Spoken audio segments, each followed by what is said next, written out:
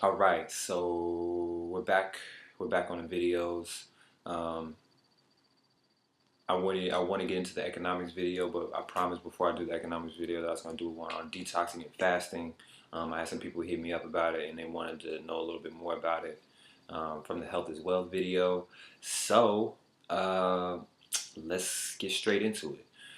So detoxing and fasting are two sides of the same coin. Really, it's detoxing. It's a physical thing where you eliminate toxins from your body, and fast. And it's like an intentional releasing of detox from your body, used for a multitude of purposes. You can use it just to get your body healthy, your physical body healthy. That's one of the effects it has. But it can also have spiritual effects if you use it in that manner. Um, it can really provide you with a lot of spiritual benefits that we'll talk about, which is why you see a lot of the spiritual traditions, the religious traditions that talk about fasting um, as part of their um, traditions. I believe Islam has a period of fasting, Judaism has a period of fasting, Christianity may have a period of fasting. I don't know. I'm not sure. I know Jesus fasted for a certain amount of time, or what have you.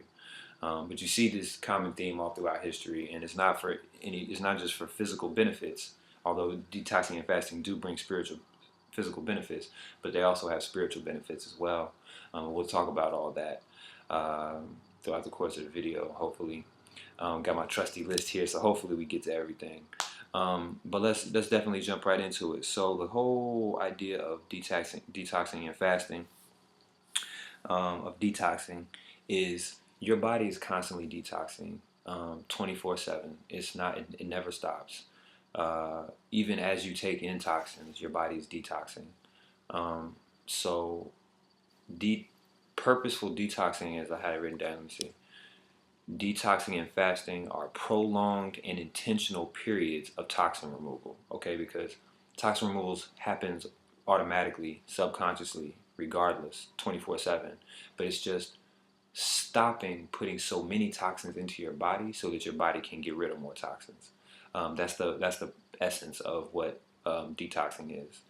Um, and so that kind of says something about health in our society, that we take in so many toxins, because we only run into problems when you take in more toxins than your body can get rid of. Because when you take in more toxins than your body can get rid of, then obviously a certain amount of toxins stay in the body, which cause disease, dysfunction, etc., etc. So this is more of an exercise of stopping toxins from coming into the body, which allows toxins to be removed from the body. That's what detoxing and fasting is all about.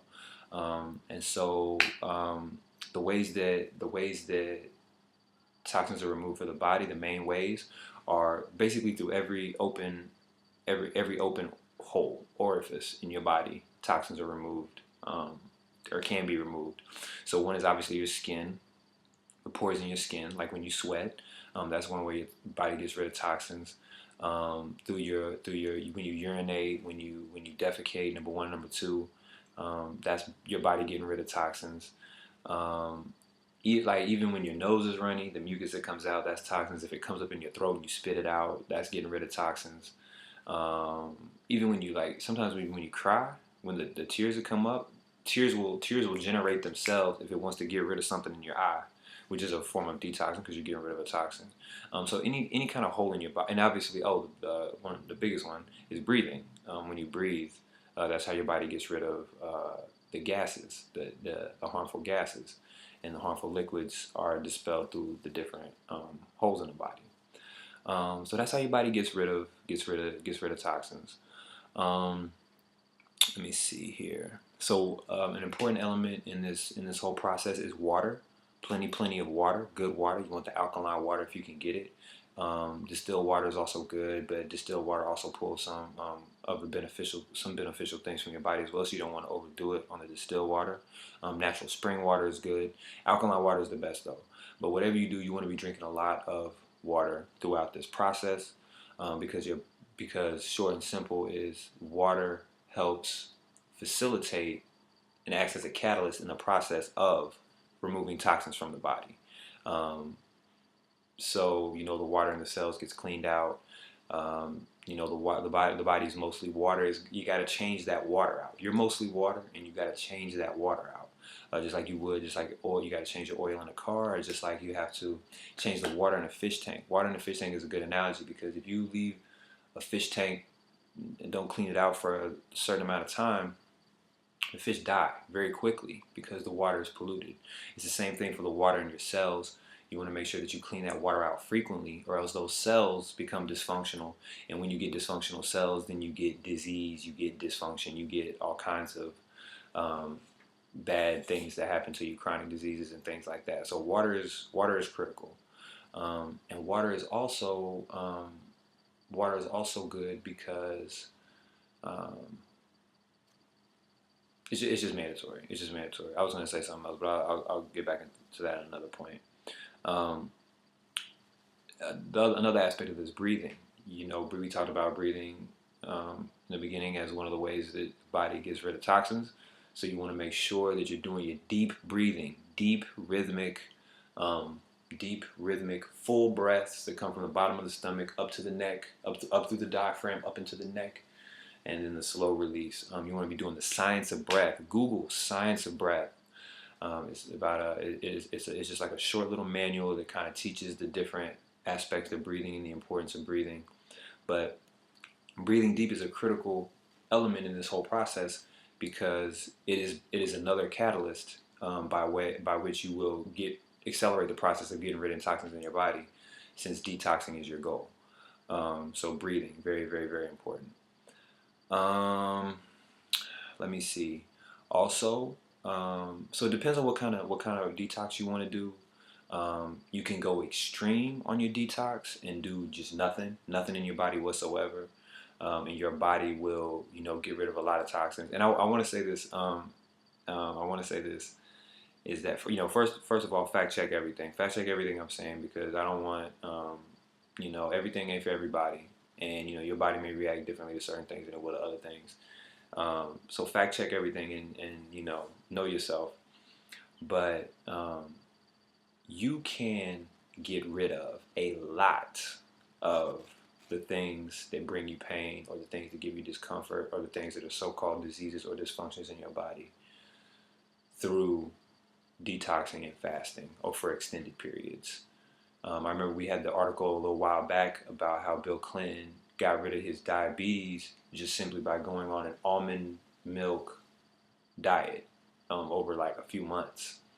And that's the kind of thing that can happen. And you can get rid of much more. You can get rid of diabetes. You can get rid of the flu and colds and things of that nature. But you can also get rid of things that are much more serious. Just through your diet, just through fasting, just through, getting positive habits in your body and in your routine. So I definitely want to say that.